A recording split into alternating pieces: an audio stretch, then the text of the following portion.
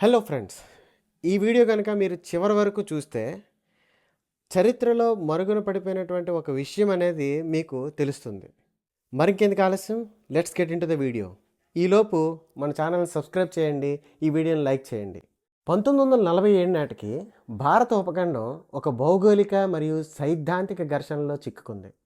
దశాబ్దాలుగా పెరుగుతున్నటువంటి మతపరమైన ఉద్రిక్తతలు పోడ్చలేనంత లోతైన విభజనలుగా మారాయి ఆ రోజుల్లో. ఆ సరిహద్దులు గీసినప్పుడు అవి మానవ చరిత్రలోనే అతిపెద్ద సామూహిక వలసలకు కారణమయ్యాయి. రాత్రికి రాత్రే 14 మిలియన్ల మంది నిరసరులయ్యారు. హింస నుండి తప్పించుకోవడానికి మొత్తం కమ్యూనిటీలు తమ వీలైనంత సామాగ్రిని తీసుకొని వలసబాట పట్టేశాయి. దశాబ్దాలుగా చరిత్రకారులు ఆ కాలం నాటి తీవ్రమైన శత్రుత్వాన్ని చూసి ఒక కఠినమైన నిర్ణయానికి వచ్చారు. మతపరమైన మరియు రాజకీయ విభజనలు ఎంత బలంగా ఉన్నాయంటే భారతదేశాన్ని ఒక ఏకీకృత దేశంగా ఉంచటం అసాధ్యం అనిపించిందనమాట. విభజన అనేది స్వతంత్రానికి చెల్లించాల్సిన అనివార్యమైన మూల్యంగా అంగీకరించబడింది, అంటే రుద్దబడింది. అయితే ఈ సుదీర్ఘ చారిత్రక ఏకాభిప్రాయం ఇప్పుడు భారతదేశ అత్యున్నత స్థాయిలో సవాల్ చేయబడుతుంది. మనం చాలా ఇబ్బందులు ఫేస్ చేస్తున్నాం ఆ రోజు జరిగినటువంటి తప్పిదం వల్ల. భారత జాతీయ భద్రతా సలహాదారుడు అజిత్ దోవల్ గారు ఇటీవల ఈ విషయాన్ని విశ్లేషిస్తూ ఒక భిన్నమైన అభిప్రాయాన్ని వ్యక్తం చేశారు. అదేంటో ఈ వీడియోలో మనం పూర్తిగా చూద్దాం. ఉపఖండం అనేది, విభజన అనేది ఆపలేని సామాజిక శక్తి వల్ల జరగలేదని, ఒక నిర్దిష్టమైనటువంటి వ్యక్తి లేకపోవడం వల్ల జరిగిందని ఆయన వాదించారు. ఆ వ్యక్తి ఎవరో కాదు, సుభాష్ చంద్రబోస్. ఏంటి ఇక్కడ మీరు ఒక విషయాన్ని గమనించండి. ఒక వ్యక్తి, అతను ఎవరో కాదు, సుభాష్ చంద్రబోస్. మళ్ళీ చెప్తున్నాను వినండి. సుభాష్ చంద్రబోస్ లేకపోవడం అనేది ఒక పెద్ద లోటు అనమాట. ఇక్కడ బోస్ గనుక 1947లో ఉండి ఉంటే భారతదేశ విభజన అనేది జరిగి ఉండేది కాదని దోవల్ గారు అభిప్రాయపడుతున్నారు. అది ఎలా జరుగుతుంది? విచ్ఛిన్నమవుతున్నటువంటి ఒక దేశాన్ని ఏకం చేసే శక్తి ఒక వ్యక్తికి ఎలా ఉంటుందా? కామెంట్ చేయండి. బ్రిటిష్ పాలన చివరి సంవత్సరాల్లో భారత రాజకీయ నాయకులు పూర్తిగా స్తంభించిపోయారు.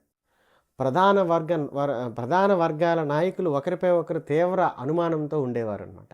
అంటే ఇన్సెక్యూరిటీ ఫీలింగ్స్ అనమాట. ఏకీకృత రాష్ట్రానికి అత్యంత కఠినమైనటువంటి వ్యతిరేకత మహమ్మద్ అలీ జిన్నా నుండి వచ్చింది. ఆయన ద్విజాతి సిద్ధాంతాన్ని రూపశిల్పిగా తన వర్గాన్ని రక్షించడానికి ప్రత్యేక మాతృభూమి కోసం పట్టుబడ్డారు. అతను first candidate to divide the whole Indian sub continent. కానీ దోవల్ ఒక అసాధారణమైనటువంటి విషయాన్ని గుర్తు చేస్తున్నారు ఇక్కడ మనకి. సంయుక్త భారతానికి నాయకుడిగా తాను అంగీకరించే ఏకైక వ్యక్తి బోస్ అని స్వయంగా జిన్నా ఆ విషయాన్ని రికార్డుల్లో పేర్కొన్నారు. దానికి ఒక రికార్డు కూడా ఇప్పుడు ఉందంట.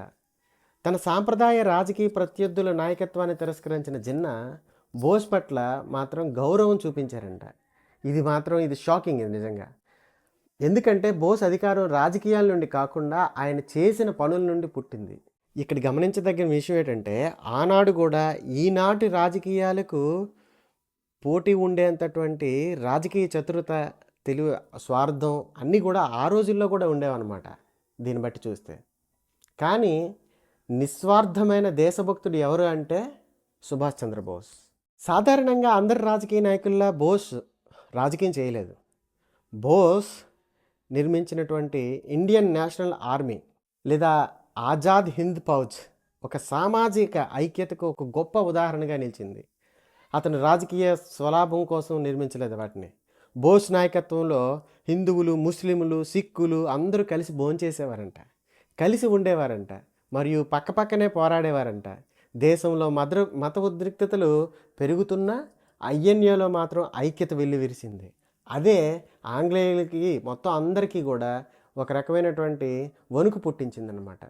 ఐఎన్ఏలో ఉన్నటువంటి ఐక్యత రెండో ప్రపంచ యుద్ధం ముగిసిన తర్వాత బ్రిటిష్ వారికి పట్టుబడినటువంటి ఐఎన్ఏ అధికారులపై ఢిల్లీలో ఎర్రకోటలో దేశద్రోహ విచారణ జరిపించారు. ఇది స్వాతంత్రోద్యమాన్ని దెబ్బతీస్తుందని బ్రిటిష్ వారు ఆనాడు భావించారనమాట. కానీ దానికి విరుద్ధంగా భారతీయులందరూ కులమతాలకు అతీతంగా ఏకమై ఆ సైనికులకు మద్దతుగా నిలిచారు. అంటే దేశభక్తి అనేది నరనరాన అందరికీ అందించింది ఎవరంటే నేతాజీ సుభాష్ చంద్రబోస్. ఇక్కడ దేశ ప్రజలకు బోస్ పట్ల ఉన్న గౌరవం సామాన్య ప్రజల్లో ఎంతగా నాటుకుపోయిందో ఈ నిరసనలు మీకు నిరూపిస్తాయన్నమాట. కానీ ఈ విచారణలు ముగిసే సమయానికి నేతాజీ సుభాష్ చంద్రబోస్ లేరు.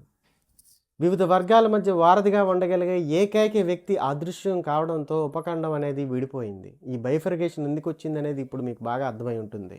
ఒక నాయకుడు నిజమైన త్యాగానికి ప్రేరణించినప్పుడు సమాజంలో లోతైన విభజనలను కూడా అధిగమించవచ్చని సుభాష్ చంద్రబోస్ వారసత్వం మరియు ఆయన నిర్మించినటువంటి సంస్థలు మనకి ఇక్కడ నిరూపించాయన్నమాట.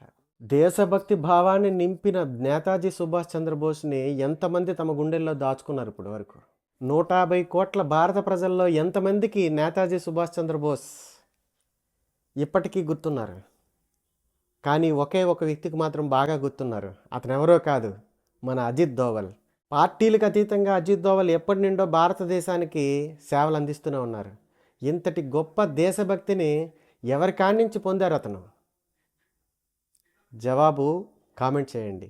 ఈ వీడియో కనుక మీకు నచ్చితే లైక్ చేయండి, మన ఛానల్ని సబ్స్క్రైబ్ చేయండి, ఈ వీడియోను మరింత మంది షేర్ చేయండి. Thank you.